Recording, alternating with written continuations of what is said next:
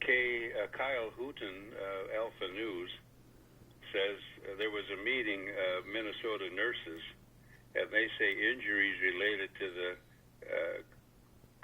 coronavirus vaccine are significant. They're underreported. Nurses are punished or told not to report them, and the filing system that they have to endure to report takes hours to do, or an hour at least, and they're too busy on duty to do it. But they're also bullied by people not to do it, told by doctors not to register their issues, and they say that things are attributed to COVID that are not COVID, and that COVID shots are dangerous and hurting people. And this 12 of them showed up at a public meeting and expressed themselves, and they said some of them said they won't even get the vaccine anymore. The town hall was hosted by Representative Mortensen on Friday, a state legislator. 24 nurses came forward, and they say what we're seeing and the repercussions and the illnesses from the vaccine.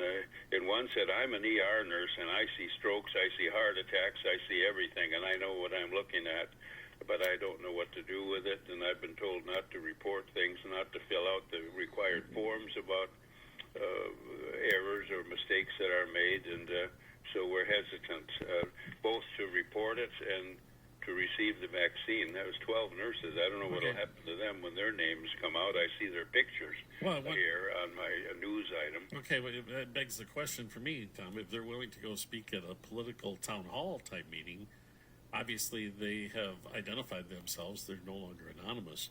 Why don't they pursue this within their workplace or a regulatory agency? That's a serious accusation.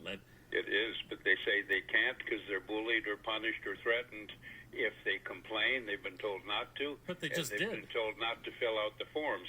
So they say we can't get the information out, and we'll take the chance of having ourselves identified, so for public awareness. But you're right, there is a contradiction there, but nonetheless, they're rather courageous, I think. Well, I don't know if they're right, though. So, I mean... I knew you'd say that.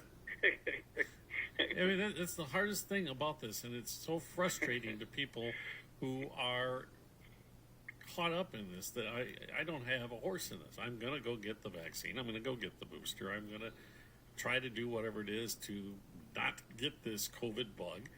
And I have this bank of medical experts and people I know personally in this community who are medical professionals tell me this, and then I hear this, and I go, well, okay, somebody's...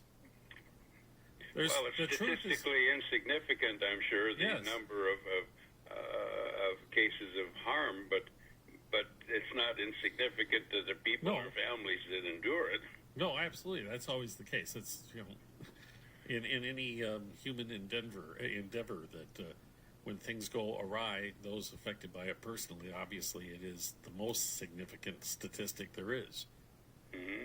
But I don't know, when you have 200 million people have received a dose, or 200 million doses administered of something that seems to be quite effective at helping a lot of folks not get seriously ill, and in most cases not be infected, according to the data that I've been able to see. I don't know. I guess it's their personal decision not to take the vaccine. I mean, obviously. That's right. But there are significant amounts of healthcare workers that, for these reasons, don't want the vaccine themselves because of what they see or heard, and they're knowledgeable. So that's interesting, too. And then their jobs are threatened if they don't, and they still don't. So I find that interesting, too. But I find that interesting that they're willing to go public with their names and their photos, which means, in effect, their jobs are in danger.